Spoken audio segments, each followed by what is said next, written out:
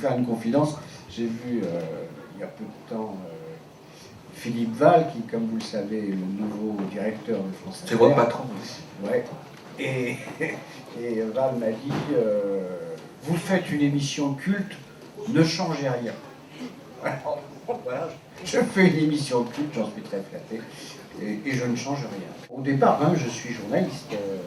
Je ne le suis plus, mais quand même, je suis journaliste, c'est ce qui m'a permis d'accéder à ce milieu. Et j'en suis sorti tout en continuant à faire du documentaire, par exemple, ce qui me plaît beaucoup. Et j'en suis sorti par la fiction,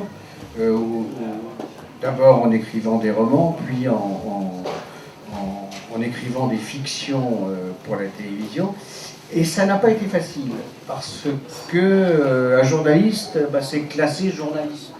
C'est fait pour raconter des histoires, de la petite histoire, si je peux dire, des histoires de l'actualité. Mais dès qu'un journaliste a l'ambition de toucher à la vraie fiction, on le regarde un peu bizarrement et on met du temps, je vous assure, à lui faire confiance. Je touche à l'histoire sans avoir la prétention d'être historien. Oui, mais un journaliste, c'est un passeur aussi. Oui, bien sûr, oui, je suis un passeur d'histoire, oui, j'aime bien l'expression. Et souvent, ça lui revient au début, ça pourrait être un personnage, vous dites, 5-6 fois, de Jean Le Carré. C'est la référence, c'est le climat de beaucoup d'histoires d'espionnage, encore que la réalité est beaucoup moins, souvent malheureusement moins fascinante que dans les livres de John Le Carré. Mais c'est vrai que dès qu'on évoque par exemple Berlin, on pense nécessairement à John Le Carré. Il y a l'ambiance, il y a le mur, l'obscurité. On a immédiatement devant soi ce fameux checkpoint Charlie où on échangeait les espions. Enfin bon, ce sont des images auxquelles on peut échapper. Comment est-ce qu'on fait passer à la radio cette ambiance aussi, parce qu'il y a beaucoup de questions d'ambiance. Par exemple, je donne un espion qui essaye de passer de Berlin-Est à Berlin-Ouest la nuit avec sa femme, son fils, et il faut mettre une ambiance particulière à tout ça, parce que la radio, c'est pas la même chose que la télé. La radio, c'est formidable. C'est extraordinaire. Il y a l'imaginaire qui joue d'une façon différente. Oui. La radio, c'est formidable. Non, mais écoutez, moi, vous avez raison de parler d'ambiance, mais moi, j'ai la chance d'avoir un interlocuteur particulièrement doué et qui, souvent, par sa seule voix, crée l'ambiance. C'est vrai qu'il y a du mystère chez cet homme-là, incontestablement. Donc, c'est vrai que ça... Puis il y a une complicité entre nous depuis le temps. Monsieur X, déjà, donc c'est qu'il a une bonne raison de choisir cette posture anonyme, de l'anonymat. Alors bon, je ne veux pas revenir sur qui est Monsieur X ou les différentes théories qui ont été échafaudées, et Dieu sait si elles ont été nombreuses, et qu'elles m'ont obligé à répondre, parce que quand un auditeur m'envoie un courrier ou un courriel, je réponds systématiquement. Ou mon assistante répond parce que je trouve que c'est poli. Eh bien, toutes les hypothèses échafaudées restent valables. Et d'ailleurs, certains, j'imagine que beaucoup de gens vous sont dit, je l'ai déjà rencontré. Ah oui, on a même proposé des noms, beaucoup de noms. Alors à chaque fois, moi j'ai la même réponse. Je dis, vous avez peut-être raison, mais je ne vous en dirai pas plus. Bon, et en même temps, vous avez utilisé un mot tout à fait important pour comprendre la démarche de votre livre, c'est le mot anonymat. Bien sûr. Et parce que déjà, les espions, ou soi-disant espions, ou apprentis espions qui sont dans les livres, et déjà sont mal barrés parce qu'on connaît leur nom. Bien sûr, bien sûr. Enfin bon, reconnaissez que ce sont des histoires qui la plupart du temps, même les plus récentes, la plupart du temps ont donné lieu à des suites judiciaires. Donc, leurs noms ont été galvaudés, si je puis dire. Ils ont été divulgués dans la presse, donc À quoi bon les cacher aujourd'hui? Bon, là, dans ce recueil d'histoires, d'espions, il y a des espions qu'on a découverts. Hein, mais combien d'autres n'ont jamais été découverts?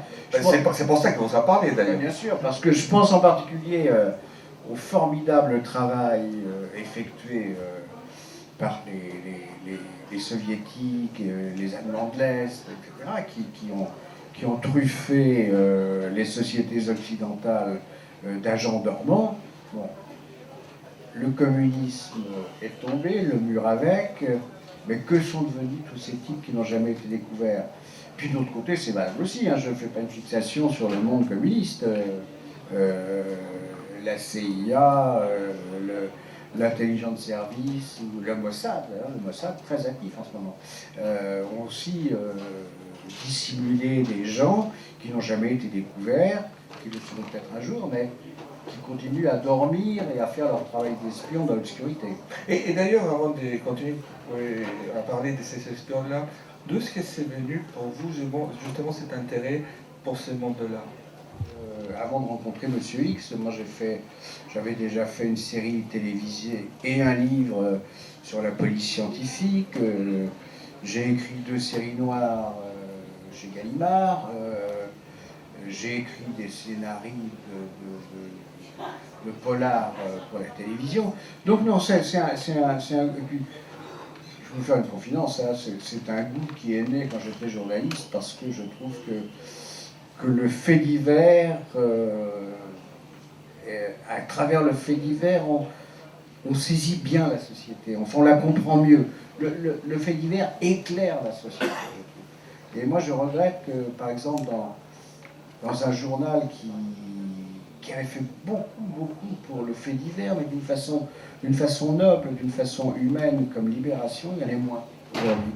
Parce que les faits divers, c'est une source inépuisable d'histoire. Hein.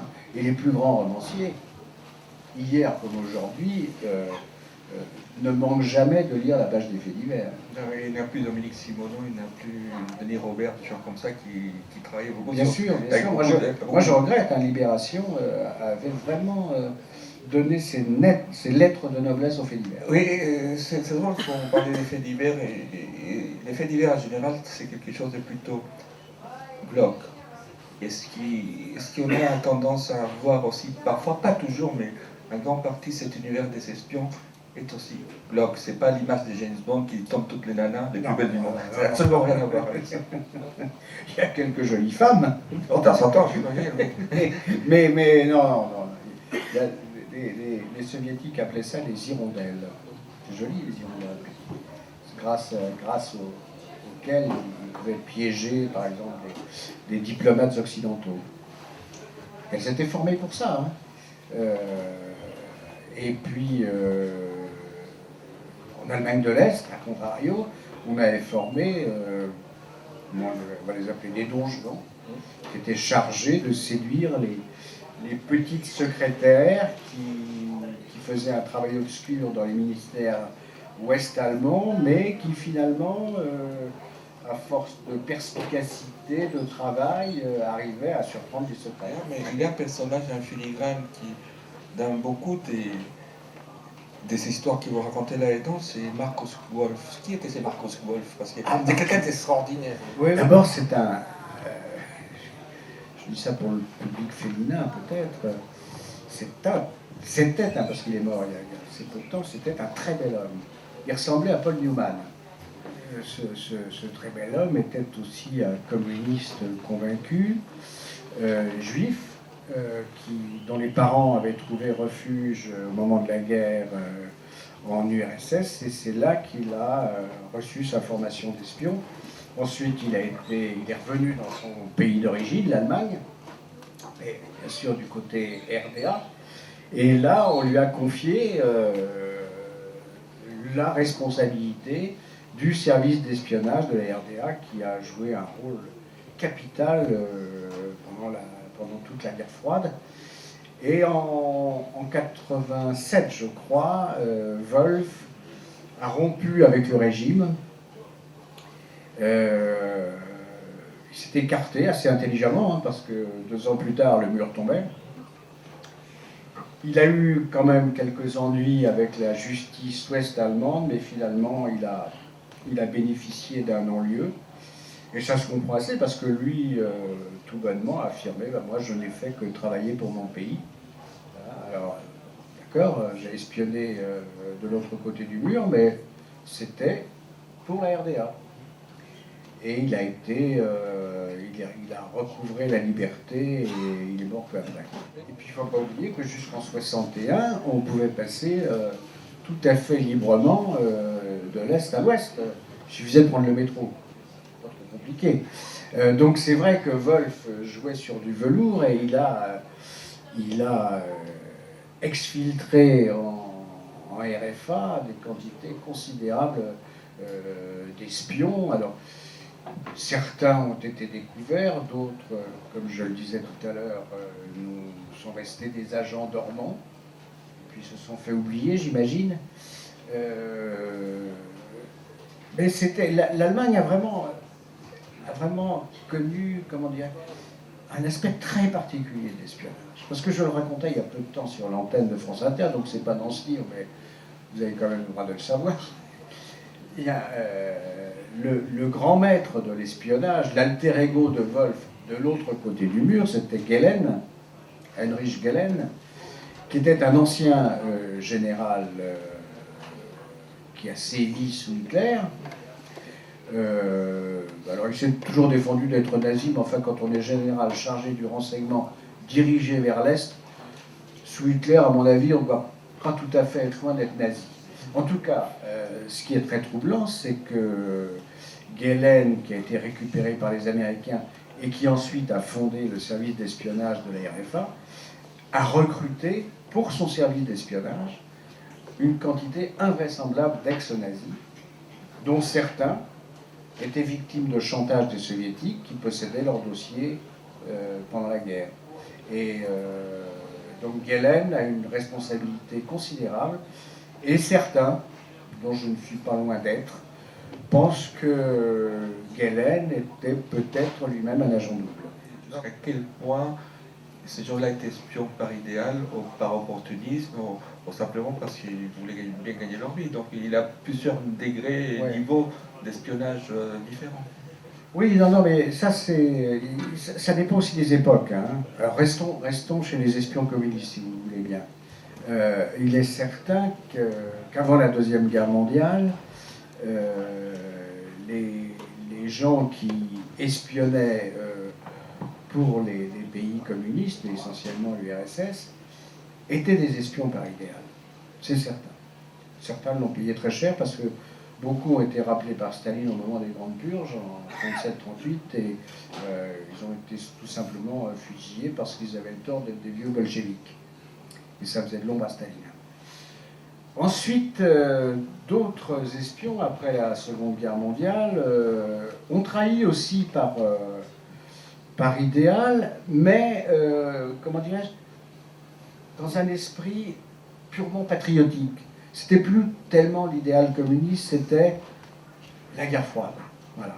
Et puis, certains, c'est sûr, on trahit parce que, enfin, on fait leur travail d'espion parce qu'ils étaient rétribués. Mais ça, c'est surtout valable pour les gens que ces officiers traitants soviétiques ou autres ont recrutés à l'Ouest. Parce que pour recruter un espion à l'Ouest, à moins de tomber sur un communiste pur et dur, il fallait quand même trouver des arguments convaincants.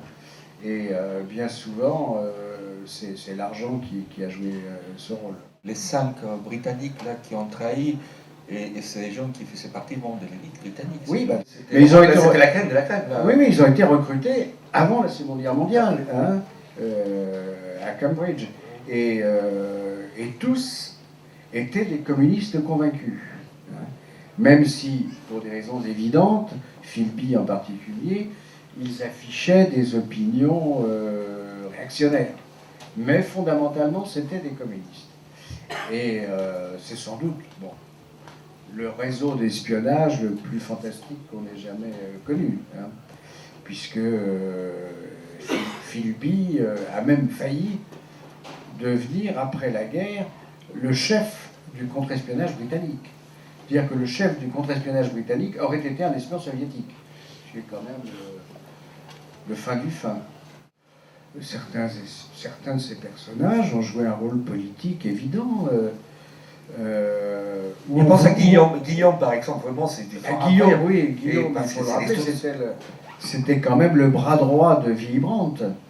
Et placé là par son mentor Marcus Wolf, il a quand même joué... oui, c'est à cause de lui que Willy Brandt est tombé, quand même. Et Willy Brandt, ça représentait politiquement, je parle là de politique internationale, la résistance au nazisme. Où il a résisté d'une part à la résistance au nazisme, donc le courage politique, mais c'était aussi l'ost politique, ce qu'on appelle l'ost politique, c'est-à-dire l'ouverture à l'Est.